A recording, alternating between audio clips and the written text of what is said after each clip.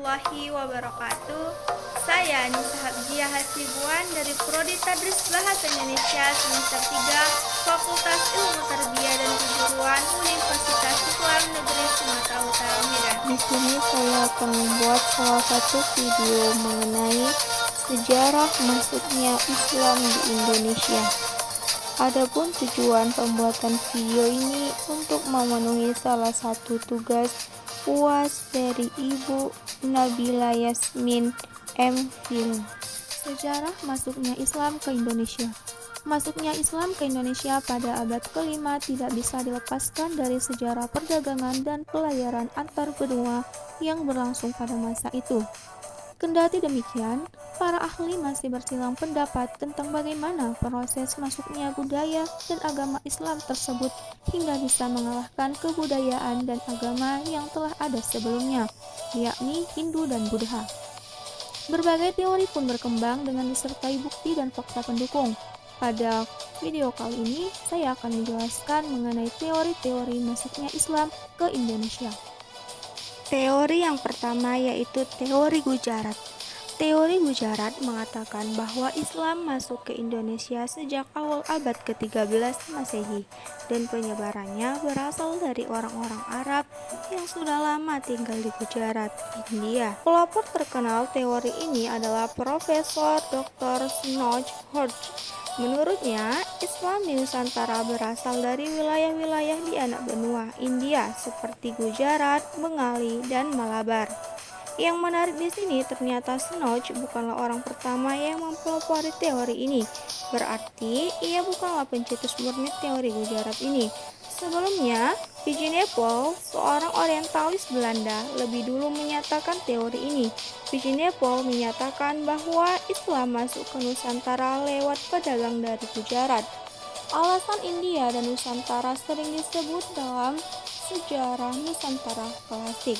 Artinya, meskipun Islam di Nusantara adalah hasil pergerakan orang-orang Arab, tetapi tidak langsung datang dari Arab, melainkan dari India. Jadi, seolah-olah peradaban Nusantara tidak bisa dilepaskan dari pengaruh India. Perbedaan pendapat Viginepol dengan Snodge adalah Viginepol masih berpendapat Islam di Nusantara meskipun berasal dari India, tetapi tetaplah dibawa oleh orang-orang Arab. Sedangkan Snodge menolak peran orang-orang Arab. Ada lagi pendapat dari seorang orientalis Belanda yang bernama J.P. Moquet. Dia berargumen bahwa batu nisan Malikus Saleh yang wafat pada tanggal 17 Zulhijjah 1297 Masehi di Pasai dan batu nisan Maulana Malik Ibrahim yang wafat tahun 1419 di Gresik, Jawa Timur memiliki bentuk yang sama dengan yang terdapat di Gujarat. Oleh sebab itu, Moquet menyebutkan batu nisan itu dibuat oleh orang Gujarat atau orang Indonesia yang belajar kaligrafi khas Gujarat. Alasan lainnya bahwa ada kesamaan mazhab Syafi'i antara Muslim di Nusantara dengan Muslim di Gujarat. Teori Persia. Teori ini memiliki kesamaan dengan teori Gujarat. Bedanya, di dalam teori Persia memandang adanya kesamaan mazhab yang ada di Indonesia dengan yang ada di Persia. Gujarat dipandang sebagai daerah yang dipengaruhi Persia dan menjadi tempat singgah dalam ajaran Persia ke Indonesia. Teori ini dipelopori oleh Hussein Jayadiningrat pada abad ke-7 Masehi. Beliau berpendapat bahwa tradisi dan kebudayaan Islam di Indonesia memiliki persamaan dengan yang ada di Persia atau Iran sekarang. Misalnya, kaligrafi yang terpahat pada batu-batu nisan bercorak Islam di Nusantara. Bukti lain yaitu tradisi peringatan 10 Muharram atau tradisi budaya Islam Persia yang juga mirip dengan tradisi serupa di Nusantara, yakni upacara tabwik atau tabut di beberapa wilayah pesisir Sumatera. Selanjutnya, teori Mekkah. Berbeda dengan teori sebelumnya, teori Mekkah muncul sebagai sanggahan atas teori Barat. Buya Hamka adalah tokoh yang memperkenalkan teori ini. Menurut beliau, motivasi awal kedatangan orang Arab tidak dilandasi oleh nilai-nilai ekonomi saja, sebab Buya Hamka berpandangan jalur perdagangan antara Nusantara dengan Arab telah berlangsung jauh sebelum Masehi. Penyebaran Islam ke Nusantara didorong oleh motivasi spirit penyebaran Islam atau dakwah. Buya Hamka justru memiliki kecurigaan akan penulis barat yang cenderung memojokkan Islam di Nusantara. Buya Hamka menolak anggapan bahwa Islam dibawa oleh pedagang dari Gujarat, India sejak abad ke-13 Masehi. Sanggahan ini dikemukakan dalam sebuah seminar sejarah masuknya Islam ke Nusantara yang diadakan di Medan pada tahun 1963. Menurut Buya Hamka, Islam sudah ada di Indonesia sejak abad ke-7 Masehi, dibawa oleh bangsa Arab khususnya dari Mekah. Beliau mengatakan bahwa Gujarat hanya sebagai tempat singgah bagi para pedagang Arab sebelum menuju ke Nusantara.